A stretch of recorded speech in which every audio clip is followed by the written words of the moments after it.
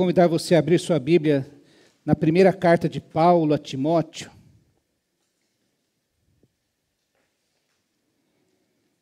Nós vamos ler os versículos 3 e 4, para dar continuidade à nossa reflexão deste mês de novembro. Nós estamos pensando sobre a revitalização da igreja. E a semana passada nós pensamos sobre a revitalização da mensagem.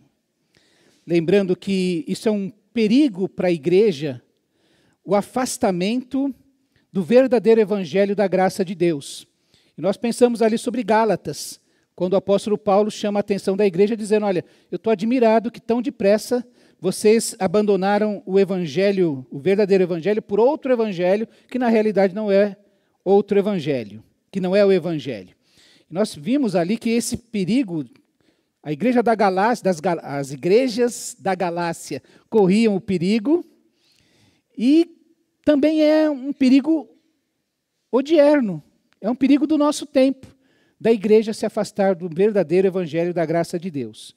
Então, para uma igreja se revitalizar constantemente, isso é uma necessidade constante, ela não pode se afastar do evangelho da graça de Deus, nem que outros métodos possam fazer ou trazer alguns resultados que podem parecer com o verdadeiro evangelho, aqueles que são produzidos pelo evangelho da graça de Deus.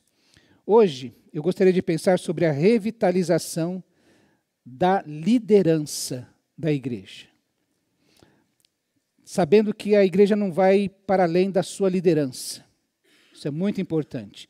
E vamos ver o que Paulo escreve àquele jovem pastor Timóteo, que está em Éfeso. Versículos 3 e 4.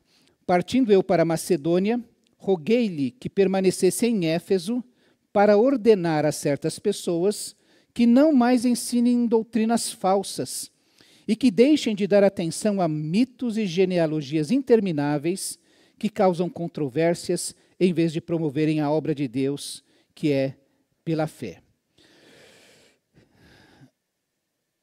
Hoje nós vamos pensar sobre o perigo de uma liderança desqualificada. E a orientação aqui para o jovem pastor Timóteo, então, de como orientar a igreja a proceder, dando especial ênfase nos capítulos 3 e 4, a sua liderança, visto que, como nós dissemos, a igreja não cresce para além da sua liderança. Qual é o perigo que corre uma liderança, essa liderança desqualificada? Qual o perigo que a igreja corre? Essa liderança descompromissada com aquele evangelho da graça de Deus, pode estar preocupada ou compromissada com outras coisas, não com o evangelho. Lembra que o Gálatas estava querendo colocar no centro da sua vida outras coisas que não são o evangelho da graça de Deus. Uma liderança, então, descomprometida, enferma, que não atende os princípios bíblicos e que acaba alimentando discórdias, ressentimentos e egolatria. Aquela ideia de que nós somos os mais importantes. Sem nós ou sem mim, nada pode acontecer. A verdade é que Deus sempre trabalhou através de líderes. Ele sempre separou pessoas que pudessem exatamente conduzir o seu povo a um caminho que ele tinha orientado. Invariavelmente, essas lideranças enfrentavam muitas resistências, porque o povo achava, tinha uma ideia diferente. Você vai se lembrar Deus falando para Samuel, eu sei que aquele primeiro filho de Jessé, ele é garboso, ele é forte, ele tem aquela pinta de rei, mas eu não vejo assim. Eu olho o coração e, portanto, eu não vou escolher aquele primeiro filho. Quando o povo foi escolher um rei, que era Saul, um líder que o povo escolheu, o que chamou a atenção para aquele povo foi que Saul, ele era... todo mundo batia no ombro dele. A cabeça dele era para cima. E quem melhor para enfrentar um gigante do que o maior de nós? Não é? O povo olha desse jeito. E Deus fala, gente, vocês não devem ter um rei, vocês têm a mim. Para que vocês querem um rei? Nós queremos um rei como todas as nações. Nós queremos ser como eles. E invariavelmente, aqueles líderes que Deus separou para que pudesse levar o seu povo ao lugar que Deus estava planejando, sofreram muitas resistências. Você vai se lembrar de Moisés, que foi o líder que Deus separou para tirar o povo da escravidão no Egito. E você vai lembrar que Moisés chegou a um ponto que ele pediu a morte. Eu prefiro morrer, Senhor, diante de tanta resistência, de tanta reclamação, de tanta murmuração. E não é só contra mim, é contra o Senhor. Não é? O povo querendo voltar para o Egito, preferindo morrer no deserto, uma série de coisas. E Moisés tendo que liderar o povo para chegar até a porta da terra prometida. Depois Josué é usado por Deus para fazer o povo conquistar aquela terra. O próprio Davi é o rei que Deus usa para unificar as 12 tribos como uma nação. As 12 tribos tinham suas lideranças e às vezes até rusgas entre elas. Mas quando Davi assume, ele leva parte do seu reinado para finalmente falar, Davi é rei em todo Israel, para unificar o seu povo. Você vai lembrar que Neemias é o líder que Deus levanta de uma maneira até diferente, né, incomum, pegando uma pessoa lá do reinado de Ataxerxes para trazer de volta o povo do cativeiro babilônico. Foi um líder que Deus teve que trazer e ele sofreu muita resistência de Sambalate, daqueles homens que não gostaram do que ele estava fazendo. Você vai lembrar que Jesus, quando tem uma grande comissão para ser cumprida, ele chama os 12 apóstolos, chama para a comunhão, para o treinamento, dá poder e autoridade para estes homens, para que eles possam cumprir a tarefa que ele tem lhes dado. E depois, quando o evangelho tem que sair, né, Jerusalém, Samaria, Jerusalém, Judéia, Samaria, os confins da terra, ele tem que levantar um outro líder que possa sair dessa região de Jerusalém, da Judéia, possa ir aos confins da terra, e ele levanta o apóstolo Paulo para fazer isso. E na história da igreja, se você pegar depois desse tempo, você vai encontrar homens chaves que ao longo da história da igreja, Deus levantou para finalmente dar uma direção para que a igreja de Jesus, ao longo da história, pudesse caminhar na direção certa. A gente pode lembrar de Agostinho, de Lutero, de Guilherme Carey, pai das missões modernas, esse evangelho que se espalha pelo mundo cada vez mais. Teve um homem que foi levantado para isso, um sapateiro, um pastor que era um sapateiro em Londres, e que falou, alguém precisa ir às Índias pregar o evangelho para eles. Sabe que tinha gente ali no meio deles, no meio dos crentes, falando assim, rapaz, se Deus quiser salvar as Índias, Ele vai dar um jeito. A gente não precisa se mexer. Deus é soberano para fazer isso, Ele vai dar um jeito de fazer isso. E Guilherme Carey, não, nós precisamos. Foi a primeira associação missionária do mundo. Um sapateiro, pastor batista em Londres, que começou esse movimento missionário moderno. Deus sempre usa líderes. Mas se nós estamos pensando na revitalização da igreja e pensamos no perigo do abandono do verdadeiro evangelho da graça de Deus, o que a carta de Timóteo tem a ver? Nós pensamos na igreja da Galácia, das igrejas da Galácia, a carta aos Gálatas. Mas hoje nós estamos pensando naquilo que é chamado de uma carta pastoral. Foi escrita a Timóteo.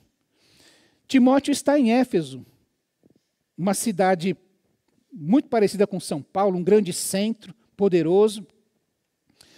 E Paulo escreve a Timóteo, como ele diz, porque você precisa ordenar a certas pessoas da vida da igreja, não é? Que não mais ensinem doutrinas falsas e que deixem de dar atenção a mitos e genealogias intermináveis que causam controvérsias em vez de promoverem a obra de Deus, que é pela fé.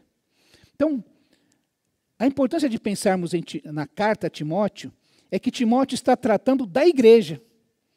E a grande questão de Timóteo ali, Timóteo, você é o pastor dessa igreja. Então, primeira coisa, você precisa falar com essas pessoas, você precisa repreender essas pessoas para pararem de ensinar doutrinas falsas, um evangelho que não é o evangelho da graça de Deus, o evangelho pela fé. Depois ele começa a falar, olha, quais são as qualificações da liderança, como é que você deve se comportar para poder realizar esta missão, como é que você vai orientar cada grupo da igreja, os homens, as mulheres, os diáconos, os jovens, os escravos, os senhores, para que a igreja de Jesus, como nós aprendemos, seja o povo que representa Deus na terra. E essa é a importância, então, de ter essa liderança. A primeira carta de Paulo a Timóteo, então, ela é considerada como um manual de revitalização da igreja. Quer construir uma igreja forte, saudável, precisa ler 1 Timóteo. E aí, quero que a gente leia 1 Timóteo 3, de 1 a 7. Ele começa, então, dando a importância do bispo na vida da igreja. E ele fala lá em Timóteo 3, esta afirmação é digna de confiança. Se alguém deseja ser bispo, deseja uma nobre função. É necessário, pois, que o bispo seja irrepreensível, marido de uma só mulher, moderado, sensato, respeitável, hospitaleiro e apto para ensinar. Não deve ser apegado ao vinho, nem violento, mas sim amável, pacífico e não apegado ao dinheiro. Ele deve governar bem sua própria família, tendo os filhos sujeitos a ele com toda a dignidade. Pois se alguém não sabe governar sua própria família, como poderá cuidar da igreja de Deus? Não pode ser recém-convertido para que não se ensoberbeça e caia na mesma condenação que caiu o diabo. Também deve ter boa reputação perante os de fora, para que não caia em descrédito nem na cilada do diabo. A função de bispo não deve ser uma imposição, mas deve ser um anseio. E ele vai falar de qualidades morais, quando ele fala sobre marido de uma só mulher, respeitável, hospitaleiro, não dado ao vinho, não violento, gentil, pacífico, livre do amor ao dinheiro, que governe bem sua própria casa, e fala sobre ter boa reputação com os de fora, e nós podemos pensar em testemunho. Tudo isso ele está pensando em termos morais, desse pessoa que precisa ser o líder da igreja. Quando ele pensa em termos emocionais, ele usa a expressão moderado, sensato, pacífico. Você tem algum parente na sua família que arranja briga toda hora? Está se aproximando o Natal, você já sabe que a família vai se reunir e vai ter problema porque fulano, ele causa onde ele está. Um líder não pode ser assim. Ele precisa ser pacífico, moderado, equilibrado e sensato. Sensato, meus irmãos, tem a ver com bom senso. Esses dias a gente estava no culto de oração e um irmão me fez uma pergunta. Eu falei, não vou nem pensar em termos espirituais, vou usar o bom senso para começar a responder essa pergunta. Tá? E a gente tem que, às vezes, ter bom senso. E quando ele fala em termos espirituais, ele fala sobre este anseio. O desejo de ser bispo, quando você percebe assim, se Deus está me encaminhando para esse mistério, para esse trabalho, para essa missão, eu quero ser o melhor bispo possível. Isso não deve ser uma imposição, eu vou ter que ser bispo, e agora eu vou ter que ter todas essas qualificações. Não. Eu não pedi isso a Deus, mas se Deus está me encaminhando, eu vou fazer isso. Eu vou fazer da melhor maneira. Às vezes eu penso em Moisés, que resistiu tanto, Senhor, não sou eu, manda outra pessoa, eu não sei falar direito, tantos problemas. Mas a partir daquele instante que Moisés entendeu que era ele tomou aquela missão como sendo verdadeiramente sua, a ponto de chegar um momento em que Deus fez até uma proposta assim irrecusável para Moisés. Moisés, eu vou acabar com esse povo, vou começar um povo a partir de você. Não vai ser mais de Abraão, mas vai ser a partir de Moisés. E sabe o que Moisés faz? Senhor, o que vão falar do Senhor? Que o Senhor tirou o povo do Egito e não foi capaz de colocar em Canaã. E Moisés estava mais preocupado com a reputação de Deus do que com a dele próprio. Aquilo que era a missão de Deus, porque Deus procurou Moisés falando assim, Moisés, eu vi o sofrimento do meu povo, ouvi a sua oração, sei o que eles estão sentindo e decidi descer para libertá-los. Tudo bem, senhor, pode fazer isso à vontade, né? Então, agora eu vou mandar você falar com o faraó. E aí coloca Moisés no meio dessa história. E Moisés toma aquilo para si. Apesar de resistir, agora não é mais comigo, é com o meu Senhor, com o meu Deus, com o eu sou que me enviou a vocês. Então, você encontra esse anseio de fazer o melhor. Ele fala sobre não poder estar apto para ensinar, eu vou deixar isso um pouquinho para o final, não ser recém-convertido. Os irmãos sabem que essa palavra, o bispo ou presbítero e o pastor, essas três palavras, elas são usadas para as mesmas pessoas de maneira intercambiável. Ora chama de presbítero, ora chama de bispo e ora chama de pastor. O caso mais emblemático é aquele de Atos 20, quando Paulo manda chamar os líderes desta igreja de Éfeso, onde Timóteo estava pastoreando, e diz assim, Atos 20, de Mileto, Paulo está em Mileto, de Mileto, Paulo mandou chamar os presbíteros da igreja de Éfeso, os que faziam parte do presbitério, de um corpo de pastores que cuidavam daquela igreja. Ele manda chamar os presbíteros de Éfeso, ele fala isso no verso 17 do capítulo 20. E aí ele começa a fazer um discurso para aquelas pessoas, porque Paulo prevê que a sua vida vai se afastar cada vez mais daquela igreja, que ele talvez perca a vida. É nesse momento que ele fala assim, eu de nada tenho a minha vida como preciosa, conquanto que eu cumpra o ministério que o Senhor me deu a fazer. E ele tem assim uma pequena previsão de que pode ser que a vida dele chegue ao fim. Então ele chama esses presbíteros, conversa com eles, diz assim, olha, vocês sabem que eu não recusei, eu não deixei de falar para vocês todo o conselho de Deus, que eu não desejei nada de ninguém.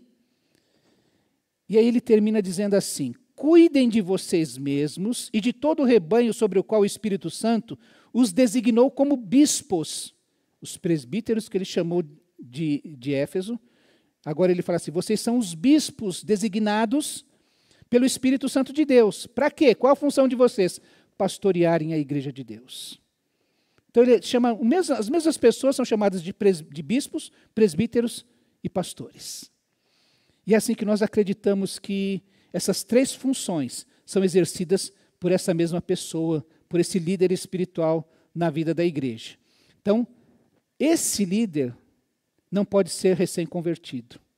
Porque a palavra presbítero, inclusive, significa, ou é traduzida também como ancião. O que é um ancião?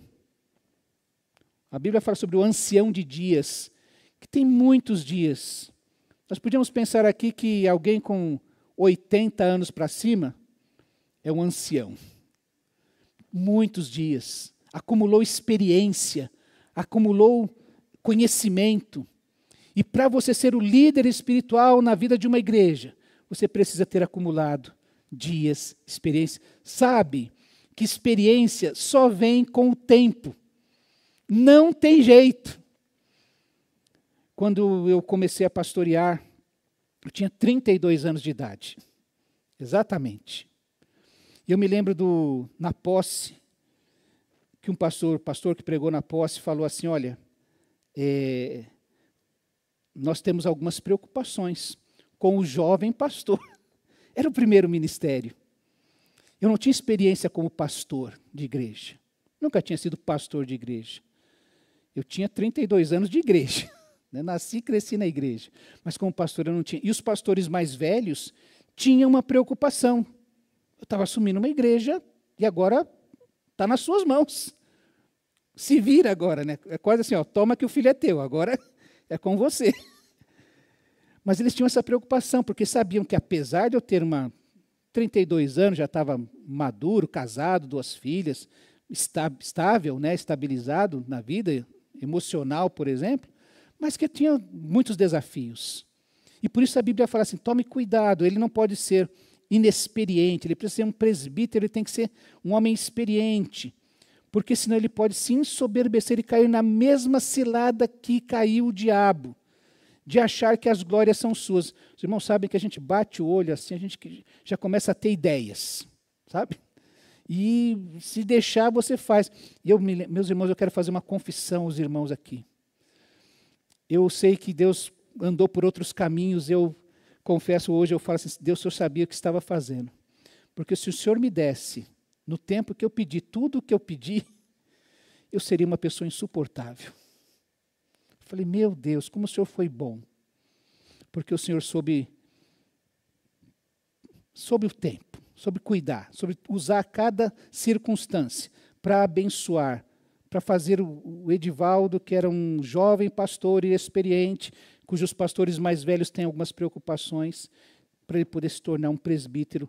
Hoje, eu posso falar assim, já acumulou alguns dias, está quase um ancião de dias na vida. Então, Paulo fala sobre isso para Timóteo. Timóteo, pensa nisso. E quando ele fala sobre isso, sobre essas qualificações, ele vai falar sobre a única coisa que é assim, ó, uma coisa que eu posso adquirir, que é uma habilidade, que eu posso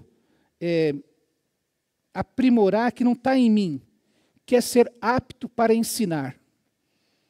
Todas as outras qualificações, dá umas 15, 16 qualificações que ele vai falar aqui, tem a ver com o caráter do líder. Não com uma capacidade que ele tenha. Hoje, infelizmente, a gente tem algumas ideias que o pastor tem que ser um CEO, se comportar como um CEO. Conversava com os jovens, eu falei, eles falaram assim, o pastor é brabo. Que brabo não quer dizer... Eu falei, mas eu sou bravo? Eles falaram, não, o senhor não é que o senhor é bravo. Brabo é uma gíria para dizer que o senhor é bom em alguma coisa. Então, o senhor é brabo nisso. Eu falei, bom, porque... E tem gente que acha assim, meus irmãos, eu fico às vezes pensando, eu falei, tem algumas pessoas e alguns irmãos, queridos, às vezes, que esperam que o pastor haja como se ele fosse o chefe de uma repartição. Eu já tive alguns chefes insuportáveis, que humilhavam as pessoas, que pisavam nas pessoas, que desrespeitavam as pessoas, que usavam as pessoas. E eu não sei por que as pessoas querem fazer essa comparação entre o pastor e esse tipo de líder. Ou o tipo de líder que eu quero saber número. Deu dízimo é minha ovelha. Não deu dízimo?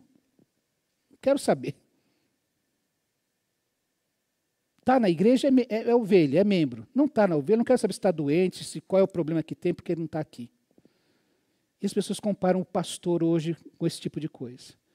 Ou com a ideia, eu me lembro que alguns líderes, parece que assim desvendou ao olhar deles uma verdade, finalmente, quando eu falei, olha, a igreja não é o negócio do pastor. Cada um de nós é responsável por esta igreja. Tem o líder, mas cada um de nós é responsável pela igreja. Não é o meu negócio. Então não adianta você ter ideias para jogar sobre as costas do pastor.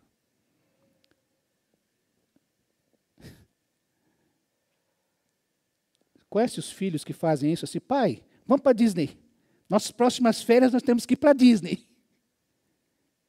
Só que ele não trabalha. Ele não sabe quanto custa isso. Ele tem a ideia. Ele tem o plano, ele tem o desejo.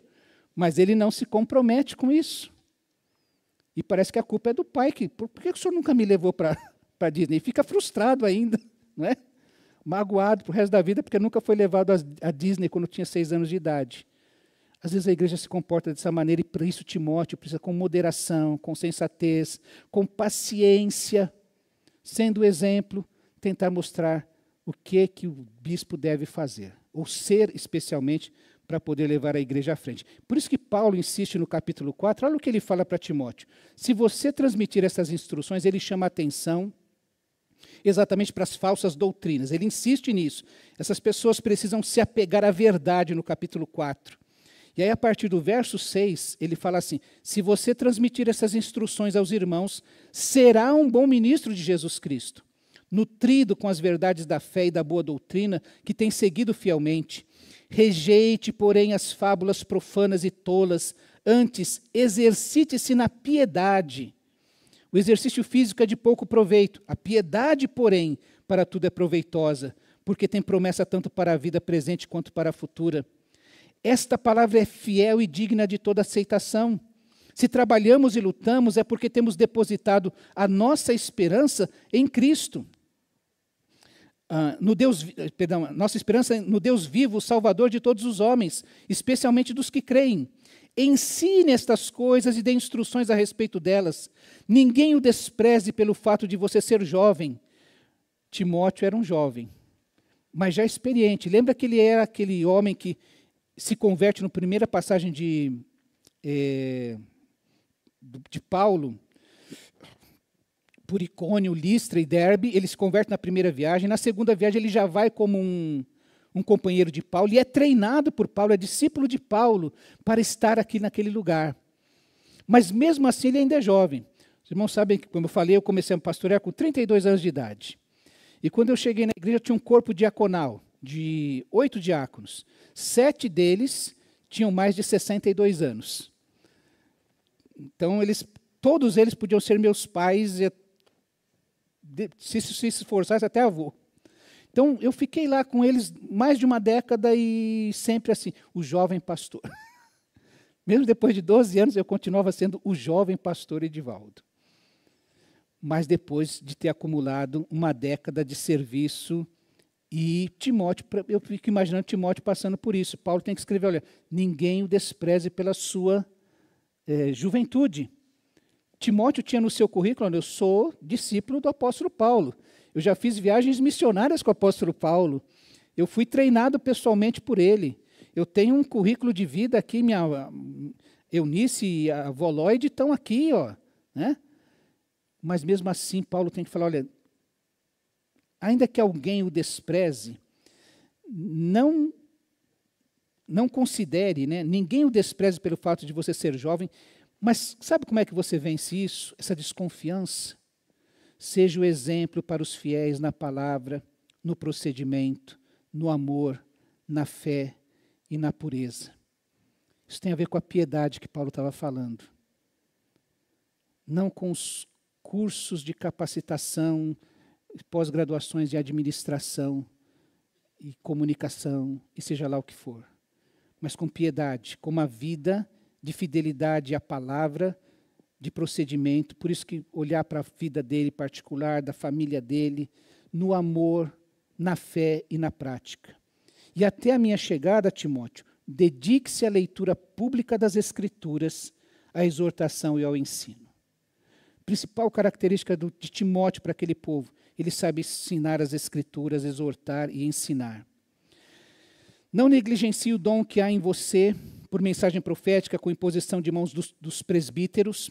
Seja diligente nestas coisas, dedique-se inteiramente a elas, para que todos vejam o seu progresso. Atente bem para a sua própria vida e para o ensino. Em algumas versões diz assim, cuida de ti mesmo. Sabe o que foi que os apóstolos fizeram? É por isso que eles disseram assim, olha, irmãos, não é justo a gente largar a oração e a palavra para cuidar da mesa das viúvas. A gente precisa cuidar disso, do nosso coração, da nossa mente, nos dedicar à oração e à palavra. São esses os líderes que Jesus preparou para a sua igreja. Gente que ama poder fazer isto. Entende como um grande privilégio, um anseio. Quem anseia pelo episcopado, por ser bispo, anseia uma excelente obra, onde ele vai se dedicar exatamente a isso. Cuide da sua vida. Atente bem para a sua própria vida e para o seu ensino. Persevere neles, pois fazendo assim, você salvará tanto você quanto os que te ouvem. Timóteo, então, ainda foi exortado a admoestar as pessoas que estavam tendo os ensinos errados, as doutrinas erradas na vida da igreja, através do seu ensino, do seu exemplo.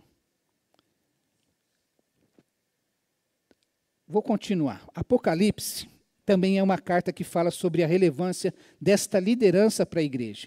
Você lembra que Jesus se dirige em Apocalipse a João, e todas as cartas que ele manda escrever para as igrejas, aquelas 7 igrejas que estão ali na Ásia, onde é a Grécia hoje, primeira coisa que ele fala, escreve ao anjo da igreja.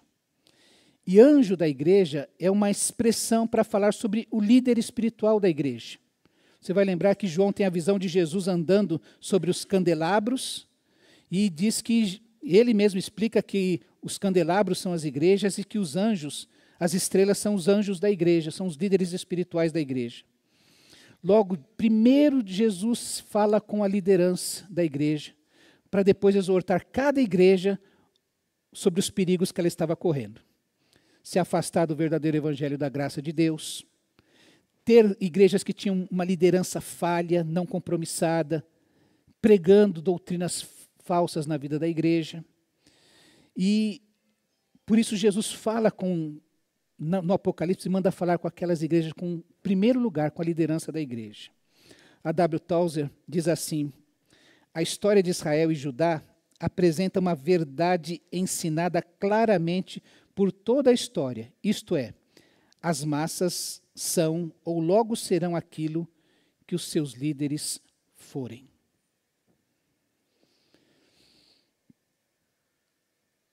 Tozer já dizia isso, Tozer faleceu há uns 60 anos atrás. Ele já falava sobre isso. Então, a razão básica disso é que o fator influenciador consiste no fato de que, de maneira simples, liderança é influência. Você quer liderar, você tem que influenciar. Não é mandar. A gente pode ser obedecido. E às vezes eu acho engraçado que algum, não, pastor, tinha que acontecer isso, tinha que fazer assim, o senhor tinha que fazer assado.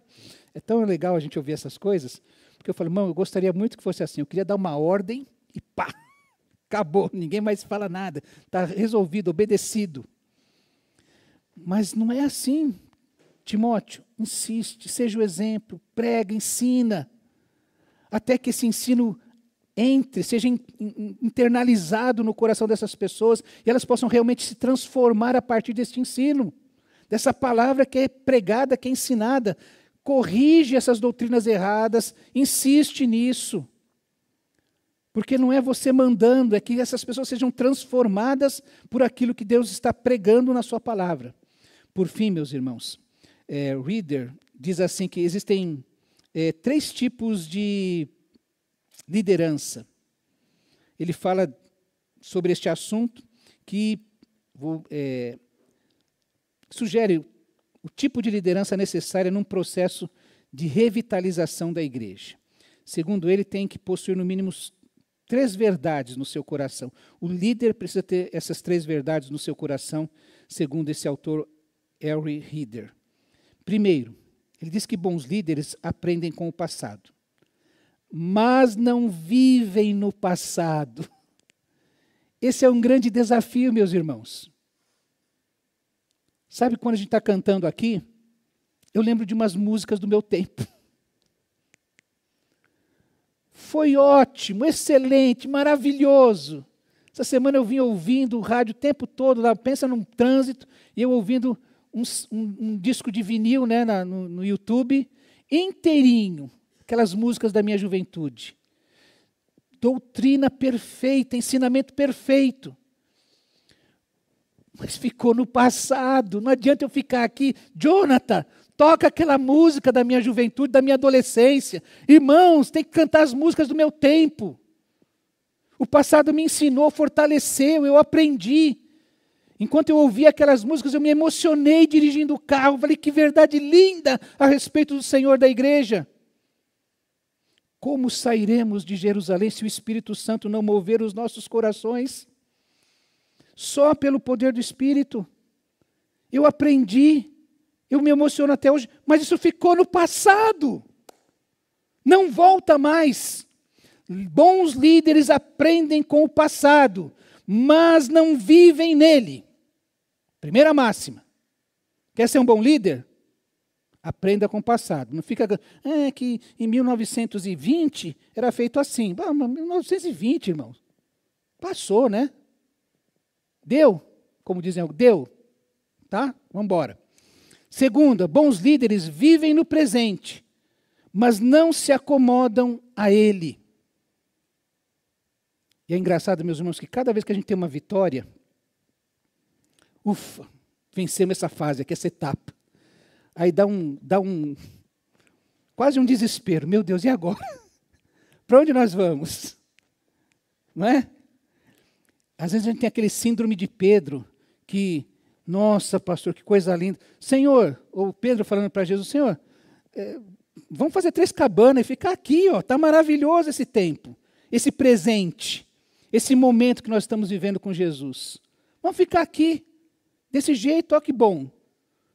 Só que Jesus leva lá embaixo, no meio do povo, havia outras necessidades tremendas, que aqueles que estavam num lugar tão bom, precisavam compreender, olha, existe necessidade. O fim dos apóstolos, o treinamento dos apóstolos, não era para estar no monte da transfiguração, era para estar no meio do povo, enfrentando os demônios que esse povo tinha. Por isso, o Reader diz que nós devemos ser termostatos em vez de termômetros. O termômetro, pensa se você é termostato ou termômetro. O termômetro ele só faz um reconhecimento do que está acontecendo. Estou certo, Marcos? Você põe lá, tem 36 graus de febre. Ele reconhece isso, só isso. O termostato é aquela pecinha que liga e desliga a sua geladeira. Tá? Ele percebe, olha, tem pouco frio. Deixa eu ligar para fazer ter mais frio. Ou que desliga naquele momento, já chegou na temperatura correta. E às vezes você é um termômetro. Só sabe dizer, está ruim, está ruim, está ruim. Só sabe dizer o que está acontecendo. E não é capaz de ser um termostato. Está ruim, irmão? O que você acha que deve ser feito? Não é? Ah, pastor, olha, aquela parede precisa ser pintada, aquela parede precisa ser pintada. Irmão, se Deus está mostrando para você que a parede precisa ser pintada, só você está vendo isso, só você se incomoda com isso, vai você fazer. Simples assim, irmãos. Tem gente que fala, a igreja tem que orar mais.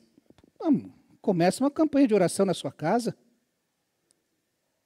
Já lhes contei que sempre tem na igreja alguém que reclama disso, né?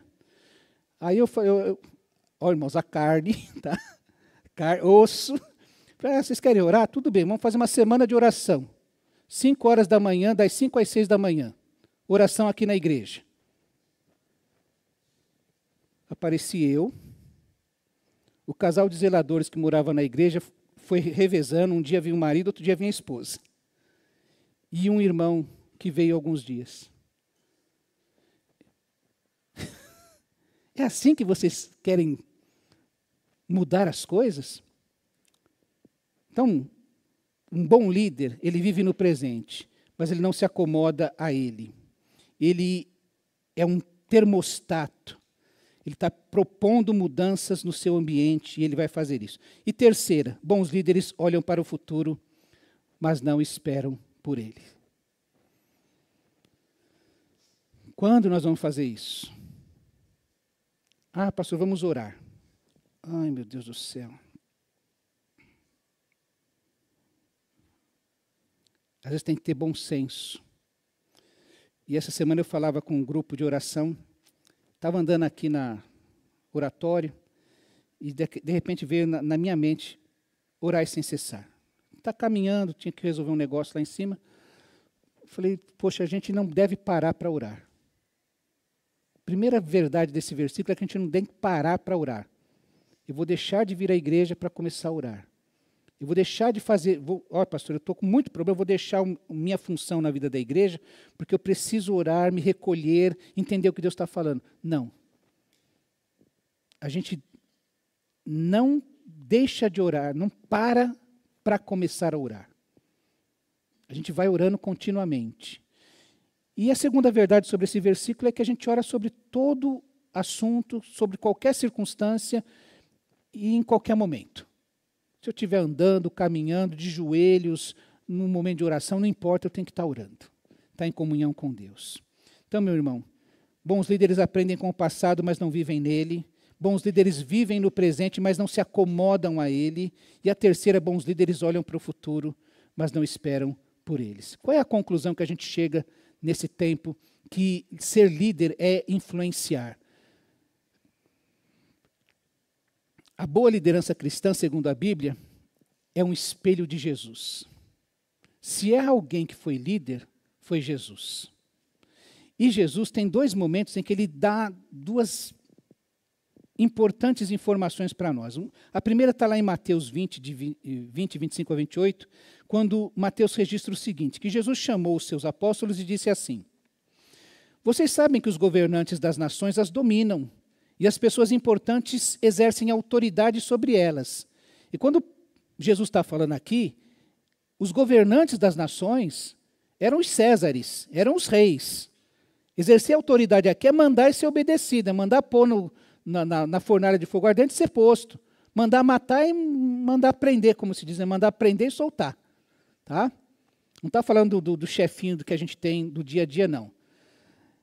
Não, então, assim, ninguém na vida da igreja pode imaginar tentar ser o imperador da igreja, ser o rei da igreja. É isso que Jesus estava dizendo. Você se lembra que João e Tiago, a mãe de João e Tiago veio falar com Jesus, né? Será que não dá para um filho meu sentar de um lado do seu trono e outro do outro? E Jesus chama a atenção dele e fala, vocês não estão entendendo, não é? E aqui ele fala exatamente sobre isso. Quem faz isso são os governantes das nações que as dominam, são aqueles que têm autoridade sobre elas. Não será assim entre vocês. Ao contrário, quem quiser tornar-se importante entre vocês, deverá ser servo. Palavras do próprio Jesus. E quem quiser ser o primeiro, deverá ser o servo dos demais. Exatamente como o Filho do Homem, que não veio para ser servido, mas para servir e dar a sua vida em resgate de muitos. Essa é a primeira lição explícita de Jesus. O modelo de liderança que influencia não é aquele como o do mundo. É aquele que Paulo ensina a Timóteo. Timóteo, ensine as verdades e seja o exemplo daquilo que você está ensinando. Segundo, palavra de Jesus, foi aqueles momentos finais de comunhão com os seus discípulos.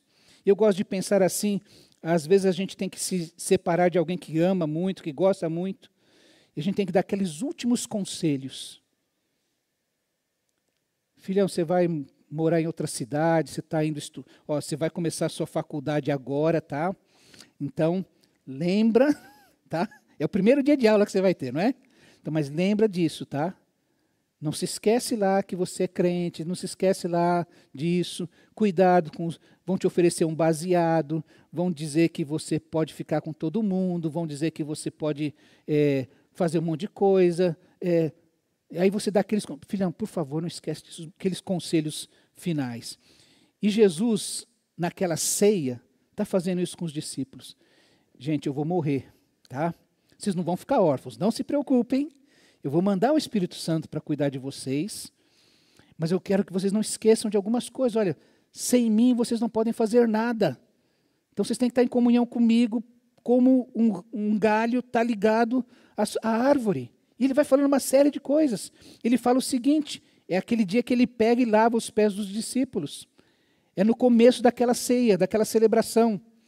E aí ele diz assim, quando terminou de lavar-lhes os pés, Jesus vestiu a capa e voltou ao seu lugar. Provavelmente Jesus tinha um lugar central na mesa, de honra. Ele era quem estava dirigindo aquele banquete. Ele saiu do seu lugar de honra, vestiu a toalha, tirou a capa, vestiu a toalha, foi e lavou os pés dos discípulos, aqueles pés poeirentos, fedorentos e tudo que você imaginar. Aí voltou para o seu lugar, colocou novamente a sua capa. Aquele que estava no lugar de honra saiu, fez o serviço mais simples, do servo mais simples da casa. E aí ele volta e diz assim, ele perguntou aos seus discípulos, vocês entendem o que eu fiz a vocês? Vocês me chamam mestre e senhor, e com razão, pois eu sou. Jesus sabia qual era a sua posição, qual era a sua condição, qual era a sua missão ali. Eu sou o mestre e o senhor de vocês, sim. Pois bem, se eu, sendo o senhor e mestre de vocês, lavei os pés de vocês, então vocês também devem lavar os pés uns dos outros. Eu dei o exemplo para que, como eu fiz, vocês também o façam. Em verdade lhes digo que nenhum escravo é maior do que o seu senhor, e nenhum enviado é maior do que aquele que o enviou. E agora que vocês sabem estas coisas, bem-aventurados serão se as praticarem. Esse é o desafio para nós, para a liderança da igreja, para aquele que deseja ser bispo, mas não somente para o pastor da igreja, mas para cada membro, cada ovelha da igreja, que deve seguir o exemplo da liderança espiritual da sua igreja. Já pensou nisso? É por isso que Paulo fala,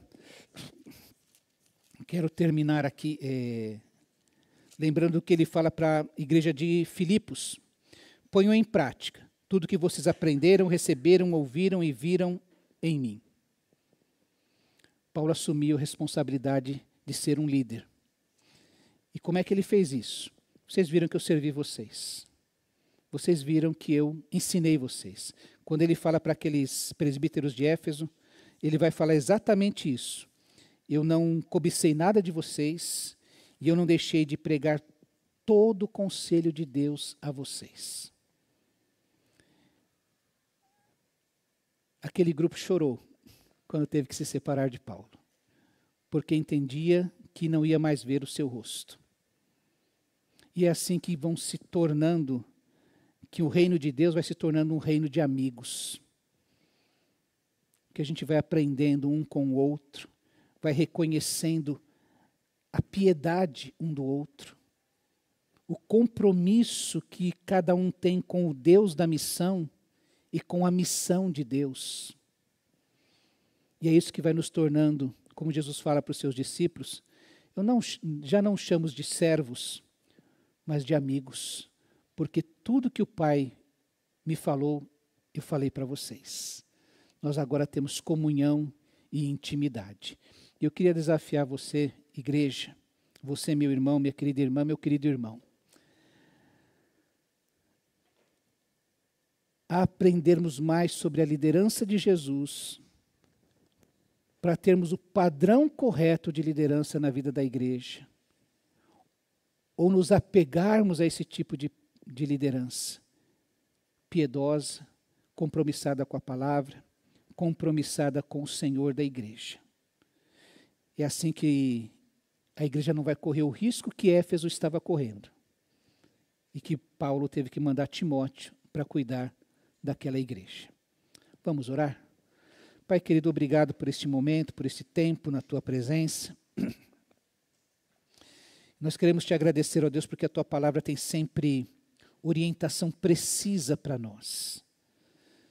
Nem sempre aquilo que queremos ouvir, que desejamos ouvir, mas aquilo que precisamos ouvir de ti. Que essa palavra transborde para cada coração, a começar em mim.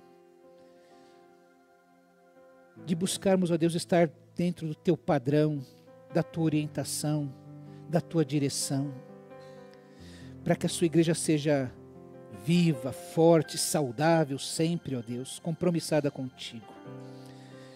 Que a gente jamais, ó Deus, se caia pelos mesmos caminhos que aqueles crentes da Galácia estavam andando, que esses crentes de Éfeso estavam andando, ó Deus, que esses perigos não nos rondem, que nós sejamos capazes de rebatê-los, ó Deus, firmados na tua palavra e na comunhão contigo. Nós oramos gratos no nome precioso do Senhor Jesus. Amém, ó Deus.